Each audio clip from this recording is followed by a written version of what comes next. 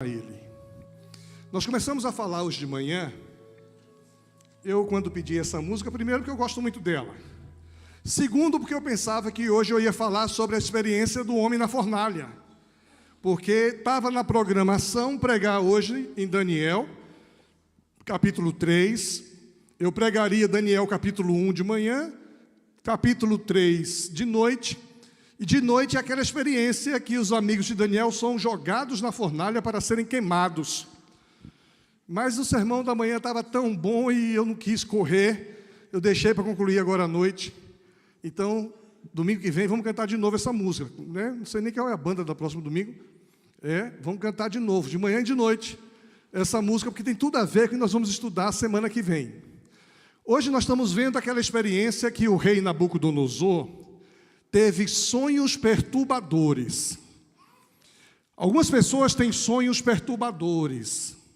De vez em quando eu atendo alguém no gabinete que diz assim: pastor, eu tenho sonhado, e tem sido sonhos repetidos e perturbadores. E existe sim toda uma teologia do sonho. E a gente então tem trabalhado isso e tem sido muito bom. Mas quando a gente está pensando exatamente nessa série de mensagens, como a gente pode permanecer firme em um mundo hostil? E a hostilidade desse mundo não são todos que percebem. O objetivo de Satanás é afastar a gente de levar Deus a sério. O objetivo de Satanás é nos distrair. Se você estiver na igreja, mas não estiver levando Deus a sério, o inimigo de nossas almas está aplaudindo. Se você não leva a sua vida devocional a sério, você está fazendo o jogo do inimigo. Se você não adora a Deus, se você não ora ao Senhor, se você não exercita a sua fé, o inimigo está feliz da vida com você. Existe um movimento na sociedade em todo o mundo, não é só no Brasil. No Brasil, na América do Norte, na Europa. Um movimento para desconstruir o cristianismo. Os valores cristãos estão sendo colocados em xeque. A família está sendo desconstruída. As pessoas estão se desconfigurando. E quando se fala de cristão, há uma pressão contrária a quem se diz cristão, se for cristão verdadeiro, praticante. Se você é um cristão nominal, está tudo muito bem. Aí assim, você não como é que eles chamam? Fundamentalista. Fundamentalista. Você vê que mente, né? Está brincando ali e ouvindo tudo. E a palavra difícil como fundamentalista. Pergunte ao seu pai depois, que ele vai explicar para você o que é fundamentalista. Beleza? Coisa linda, viu? Conectado. Então, o que acontece? Essa pressão tem causado nos cristãos verdadeiros um desconforto. Nós ficamos assim, desacorçoados. E aí estão tirando a imagem de Jesus das escolas, das prefeituras, dos tribunais. Eu falei hoje pela manhã que nos Estados Unidos tem vários outdoors dizendo o seguinte: deixe Deus fora de nossas escolas. Os desenhos infantis estão cheios de valores anticristãos. E eles querem desconstruir as sociedades que foram construídas com uma cultura judaico-cristã. Pressão contra as crianças é grande. E a gente disse que Daniel e seus amigos viviam um cenário parecido. Daniel e seus amigos saíram de Jerusalém, foram levados para conviver na Babilônia, e nós falávamos hoje pela manhã que nós também saímos de uma sociedade judaico-cristã para vivermos de uma sociedade secularizada, uma sociedade materialista, racionalista, onde o elemento da fé é algo restrito a você. Não fale, não invada a minha percepção. E a gente tem, às vezes, ficado chocado com o movimento nas universidades, nas mídias, nos jornais, nas mídias sociais, nas artes. E a gente começou a dizer que nós não podemos nem precisamos ficar escandalizados com isso, porque isso faz parte de uma profecia. Jesus, falando no seu sermão profético, diz que vai chegar um tempo em que os cristãos serão perseguidos. Mas não aquela perseguição de nos matar e nos crucificar, nos queimar. Perseguição naquilo que a gente crê. E nós hoje somos taxados de intolerantes se a gente não pensa igual ao que os outros pensam.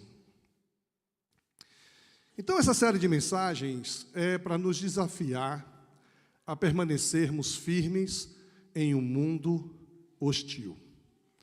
Primeira coisa que a gente viu a semana passada é sobre assumir a nossa identidade. Porque a tendência do inimigo é mudar a nossa identidade. Você não é o que você é o que você quiser.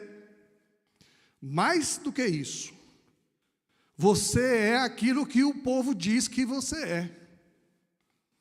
Então você hoje é o que o povo está dizendo. E lá fora a pressão é que eu deixe de crer que eu sou um homem. Que você deixe de crer que você é uma mulher.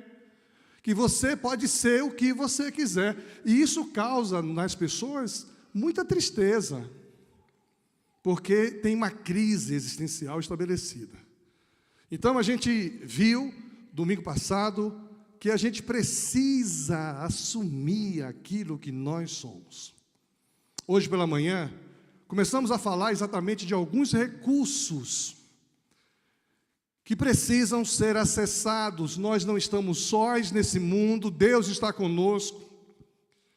Deus sabia que a situação ia ficar complicada nos fins dos tempos, mas Ele disponibilizou para nós alguns recursos extraordinários, e no capítulo 2 de Daniel, nós fomos identificando alguns desses recursos.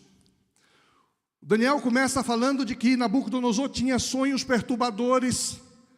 Ele então chama os magos, os filósofos, os sábios, para dizerem qual foi o sonho que ele teve e qual a interpretação do sonho. E se você ler com carinho os primeiros versículos, você vai perceber que os sábios queriam que ele contasse o sonho. Me diga o que o Senhor sonhou, disse os sábios, os astrólogos, para o rei. E o rei já sabia que muita coisa nesse contexto é mentira, é criação.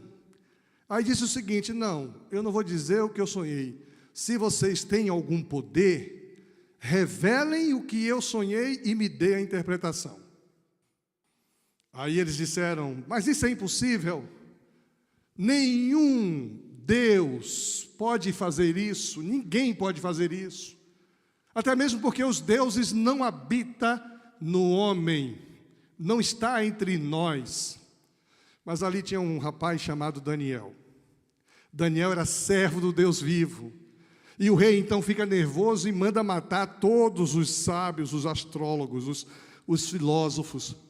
E Daniel, como a gente viu a semana passada, foi promovido para esse grupo, quando ele não se contaminou com o manjar do rei. O rei chamou ele para perto.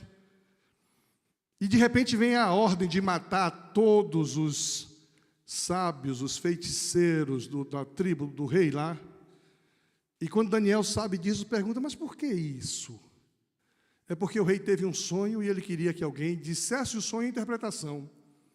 Daniel se encheu de compaixão pelos seus companheiros não cristãos e vai conversar com o rei e diz ao rei: olha, me dá um prazo que eu vou trazer a revelação do sonho e vou trazer a interpretação do sonho. O rei concedeu. E Daniel então volta e começa a orar com os seus colegas Sadraque, Mesaque e Abidnego. E Deus dá a ele a revelação do que foi o sonho. Deus dá a ele a interpretação do sonho, e a vida dos magos, dos feiticeiros foi poupada. E Daniel, então, ocupa um lugar especial agora na corte do rei. Mas nesse capítulo 2 tem algumas ferramentas que precisam serem acessadas. A primeira, é preciso que a gente acesse o recurso da sabedoria. E a gente falou hoje que Daniel foi sábio. Nós falamos hoje que aquele que tem falta de sabedoria, peça a Deus que a todos dá liberalmente. E se você quiser saber um pouco mais do que é o recurso da sabedoria, você assista o sermão da manhã. O segundo recurso disponível é o recurso da solidariedade. Nós não estamos sós, nós não fomos criados para vivermos sozinhos. Não é bom que o homem esteja só. Precisamos estar juntos. Achei tão bonito hoje, uma vizinha da Dalila me manda uma mensagem: pastor, estou preocupada, Dalila não responde minhas mensagens. Estava tudo fechado aqui do lado da casa dela desde ontem. Eu achei legal aquela postura da sua vizinha. Essa solidariedade, se importar com o próximo, se importar com o outro. E nós vimos hoje pela manhã que Daniel tinha solidariedade com os que eram de diferente da sua crença. Ele foi solidário com os feiticeiros, com os astrólogos, com os adivinhos. E ele poupou a vida dessa turma. E ele foi solidário com os seus amigos. E os seus amigos foram solidários com ele quando oraram por ele. Esse princípio da solidariedade está à nossa disposição. Por isso que é bom estarmos em igreja, em família, estarmos juntos. Terceiro princípio que esse texto traz para a gente é o princípio de amigos verdadeiros. Esse é um recurso extraordinário que está à nossa disposição. O versículo 17 diz: em seguida Daniel voltou para casa, contou a seus amigos Ananias, Misael e Azarias o que havia acontecido. Daniel não cuida apenas de si mesmo. Ele tenta ajudar os sábios. Ele tenta ajudar os seus companheiros. Interessante que ele não chamou os sábios e os astrólogos, não contou, mas ele contou aqueles amigos que são próximos. Esses amigos que a semana que vem serão jogados na fornalha de fogo ardente. Mas esses amigos, ao ouvir esse desafio, eles oraram juntos. É tão bom saber que existem pessoas orando por nós. É muito bom saber que a gente pode contar com amigos de verdade. E amigo de verdade não é aquele que diz o que a gente quer ouvir. Amigo de verdade é aquele que diz o que a gente precisa ouvir. Mas sem grosseria, né? Tem alguns amigos de verdade que são muito grossos, arrogantes. Eu já te falei, vou falar de novo. Calma, fala com amor. Fala com amor. Ó, fulana, eu te quero tão bem. Mas olha, de novo vou te dizer, cuidado com essa direção, cuidado com esse caminho.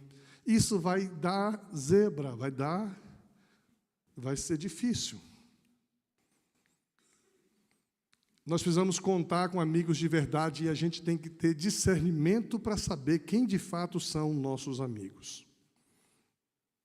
Tem muita gente que parece nossos amigos, mas não são. Esse recurso de discernir quem de fato é amigo de verdade. Eu gosto muito do tema amizade. Quando eu era jovem, eu deixei de ser jovem semana passada. Porque até semana passada eu me sentia jovem. Mas esse cabelo branco me insiste em me conscientizar que eu não sou mais jovem. Mas quando eu era jovem, eu gostava muito de cantar música popular brasileira. Amigo é coisa para se guardar, do lado esquerdo do peito, dentro do coração. Assim falava a canção que na América ouvi. Mas quem cantava chorou ao ver seu amigo partir. Tinha uma outra canção muito linda, amizade sincera é um santo remédio, é um abrigo seguro. É natural da amizade, o abraço, o aperto de mão, o sorriso. Por isso, se for preciso, conte comigo, amigo, disponha. E eu cantava isso, gente, dedilhando. Eu já toquei violão na vida. Parabéns. Vou voltar a tocar. Vou trazer meu violão para o gabinete e vou começar a ensaiar. O meu sonho um dia é, pregando aqui, pegar o violão e cantar uma música. Mas ali eu era jovem, cara. Agora, com 58 anos, é complicado. A minha mente é jovem. Muito obrigado, você vai ser promovido. Esse é o cara. Olha aí, esse é o cara. Mandou aqui? Olha só. Está ligado no sermão, mandou uma mensagem para mim. Você é meu amigo. Se estiver mentindo agora, a casa vai cair. Rapaz, passei a toda tarde.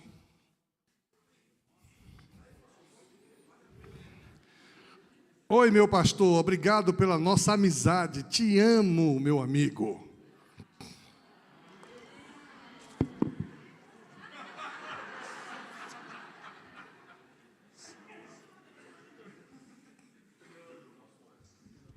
Acho que vai sair churrasco essa semana.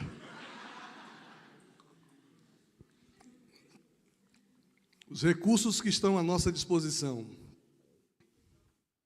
precisamos acessá-los nos momentos difíceis de nossa vida.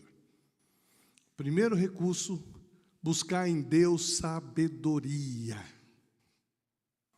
Segundo recurso, desfrutar da solidariedade e oferecer solidariedade. Terceiro recurso, cultivar amizades sinceras, verdadeiras, reais. Quarto recurso é o recurso da oração confiante. Não é qualquer oração. É a oração que confia que Deus está ouvindo. É a oração que a gente confia que Deus está dando atenção. Versículo 18 diz assim: pediu que suplicasse ao Deus dos céus que tivesse misericórdia deles e lhes revelasse o segredo para que não fossem mortos com os outros sábios da Babilônia. Daniel está intensa e diretamente envolvido com a oração. Daniel é aquele que orava em todo tempo, em todo lugar, no Espírito. Daniel é aquele que está lavando a louça, está orando. Está no trânsito, está orando. Está atendendo um cliente, está orando. Está apertando o parafuso, está orando. Está fazendo um projeto, está orando. Está direcionando, dirigindo uma reunião, está orando. Mas chega um momento que ele precisa de uma oração diferente. Não é essa oração que segue nosso dia a dia.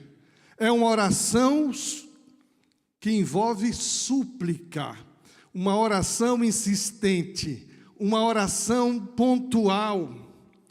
Pediu que suplicassem ao Deus dos céus. Ele tem um período de oração com seus companheiros. Ele até mesmo arrisca a sua vida por causa do seu desejo de buscar a Deus. Nós vamos ver quando ele está orando publicamente, e aí ele é preso e levado para a cova dos leões. Vamos ver isso, porque ele era um homem de oração. E Deus quer que a gente ore, e ore de verdade. Deus quer que a gente apresente a Ele nossos corações e nossa ansiedade. Não andeis ansiosos quanto à vossa vida. Não andeis preocupados. Torne conhecidas diante de Deus pela oração, súplica e ações de graças a sua necessidade. Eu vivo orando, mas tem alguns momentos que eu paro para orar. Eu me desligo de tudo, porque agora é hora de orar. Em alguns momentos circunstanciais, no meio de situações difíceis, eu acesso o recurso da oração confiante e vejo Deus agir, Deus me dando graça, sabedoria, dispensando o seu poder. Que você possa orar confiadamente. Deus está me ouvindo agora. Quinto e último recurso que está disponível para a gente é o recurso da adoração verdadeira. Naquela noite, o segredo foi revelado a Daniel em uma visão. Então Daniel louvou a Deus dos céus. Eu ficava hoje louvando a Deus e vendo o Emerson louvando a Deus aqui. Ele fica para lá e para cá. Depois ele faz assim, ó.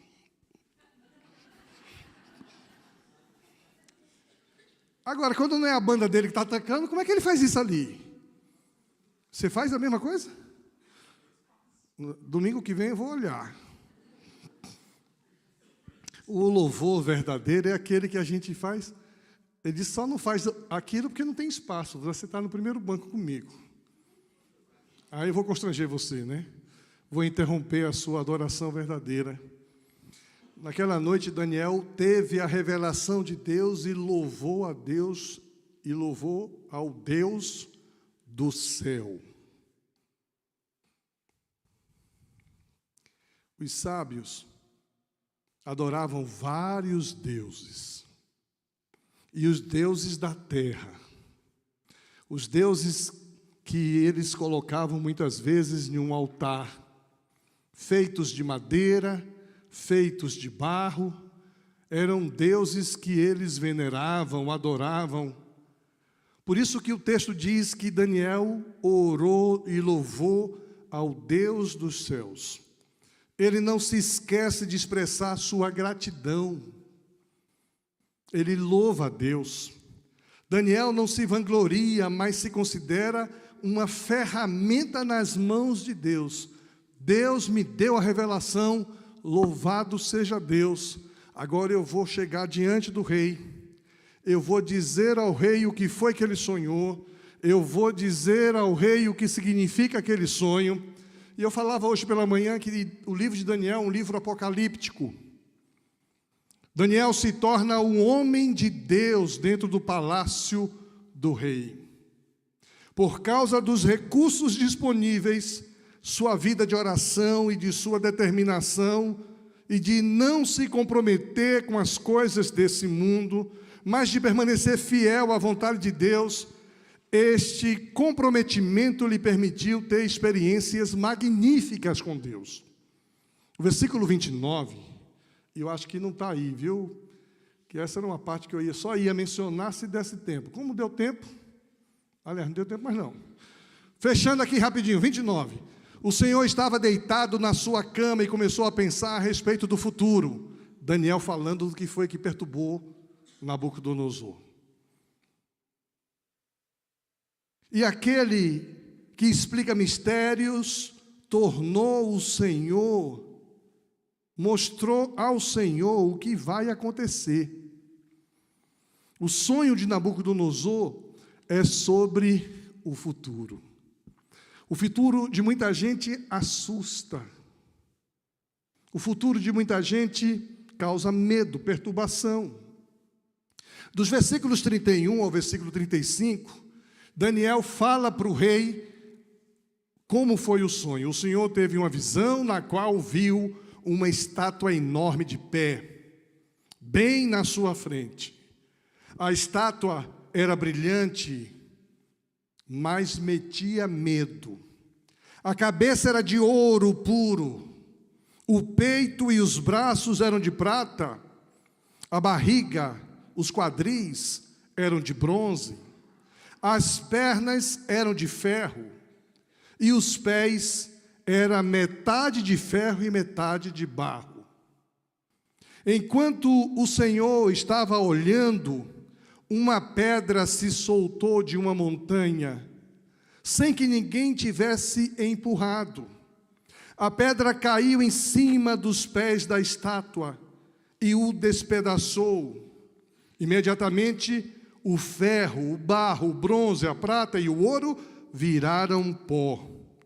Como o pó que se vê no verão quando se bate o trigo para separá-lo da palha. O vento levou tudo embora sem deixar nenhum sinal. Mas a pedra cresceu e se tornou uma grande montanha que cobriu o mundo inteiro. Gente, ele consegue dizer para o rei detalhes do sonho do rei. Daniel, no capítulo 2, versículo 31 a 35, ele mostra exatamente estes versos registrados no sonho. E a mensagem do sonho de Daniel é que as coisas terrenas, elas são transitórias, mas as coisas de Deus, elas são eternas, transcendentes, duradouras. No versículo 36 até o 45, ele traz então a interpretação do sonho. Pastor Valmossi gosta muito de Apocalipse. Não sei se o senhor já tinha a interpretação deste sonho, que está acontecendo no mundo hoje. Foi este o sonho, e agora vou explicá-lo para o Senhor. Ó rei, o Senhor é o mais poderoso de todos os reis, e foi o Deus do céu que o fez rei. Ele lhe deu poder, autoridade e honra. Ele deu ao Senhor o domínio em todo o mundo sobre os seres humanos, os animais e as aves. O Senhor é a cabeça feita de ouro. Depois do seu reino haverá outro, que não será tão poderoso como o seu.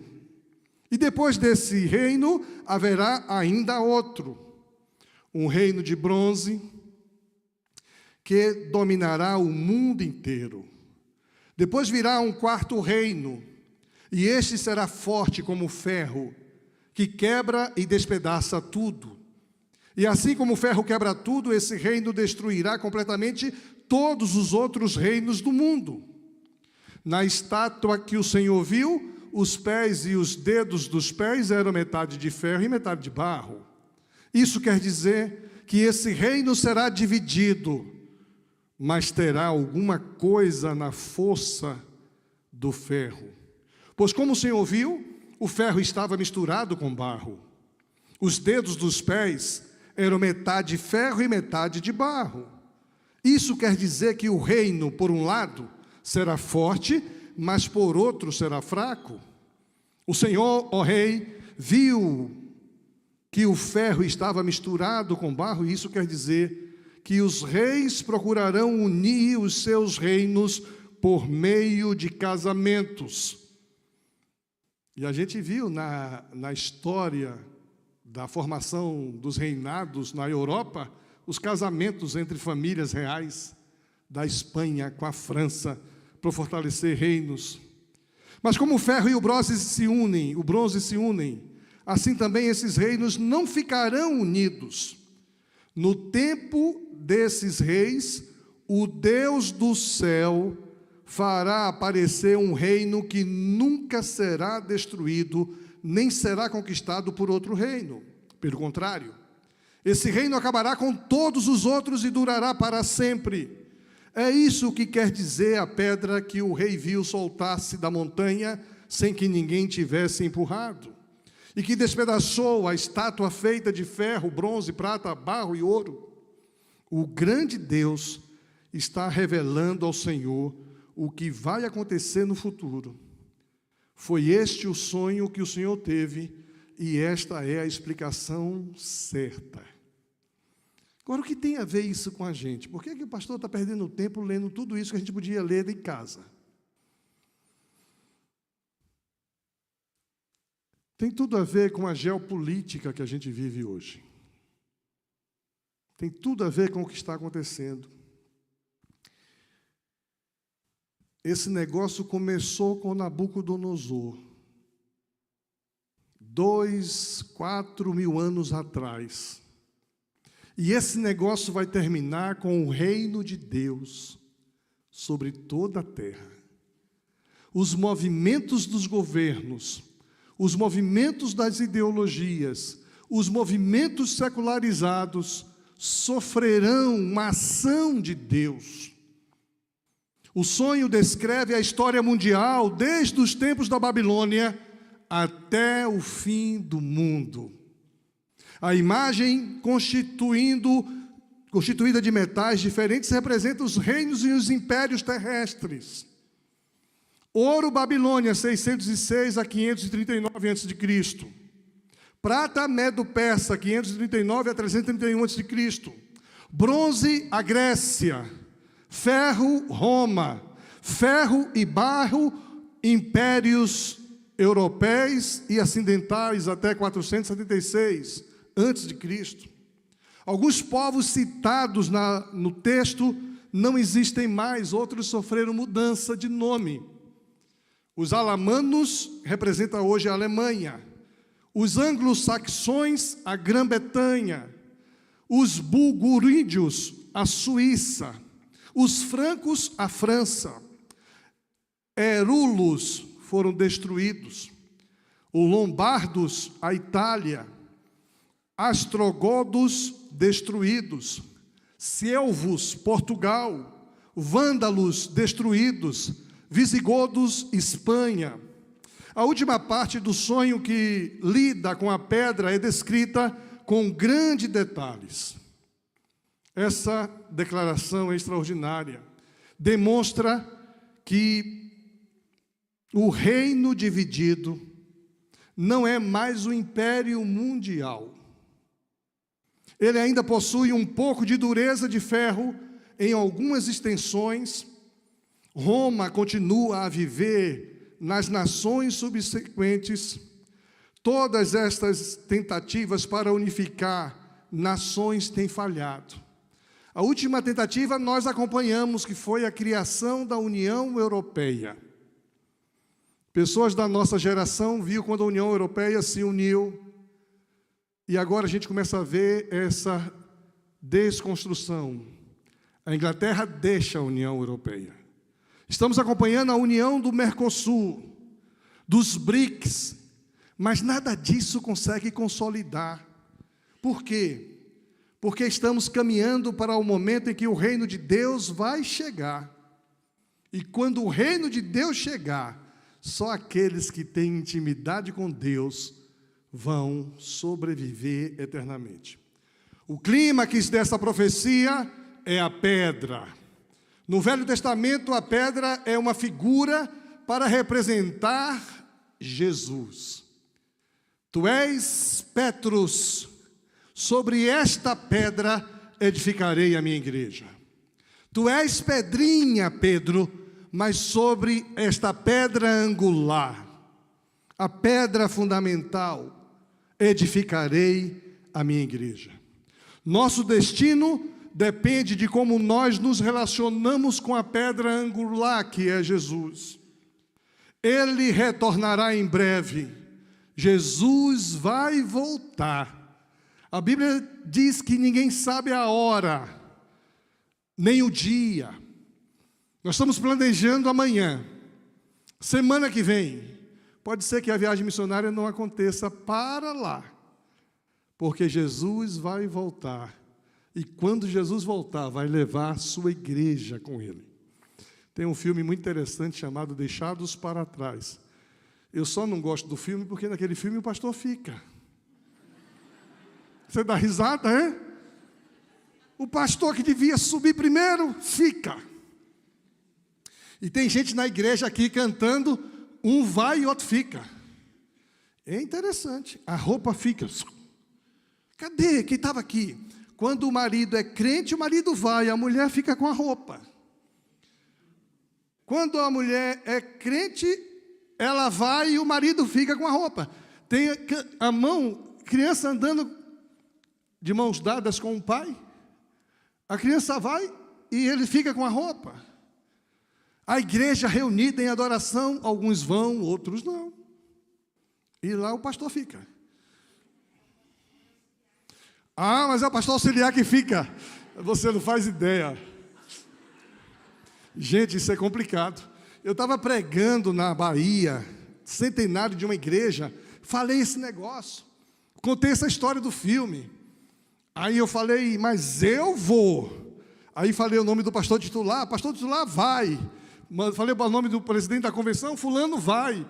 E tinha um pastor auxiliar. E todo mundo que foi olhando para ele, eu não sabia. Terminou a mensagem, ele pegou o microfone, irmãos, eu também vou, não sou eu que fico.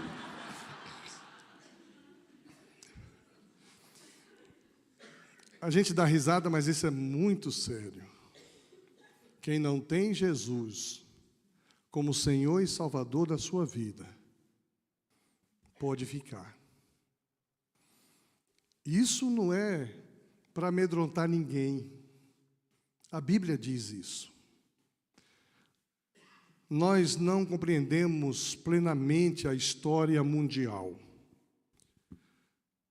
Não vemos aquilo que acontece por trás das situações. Somos tentados a considerar a história como uma iniciativa puramente humana, na qual Deus não está envolvido. Não estamos mais na Babilônia, ou melhor, não estamos mais em Israel, estamos na Babilônia. Não estamos mais em uma sociedade judaico-cristã, estamos numa sociedade secularizada, humanista, racionalista, materialista. Mas Deus tem o controle da história. Deus não está ausente.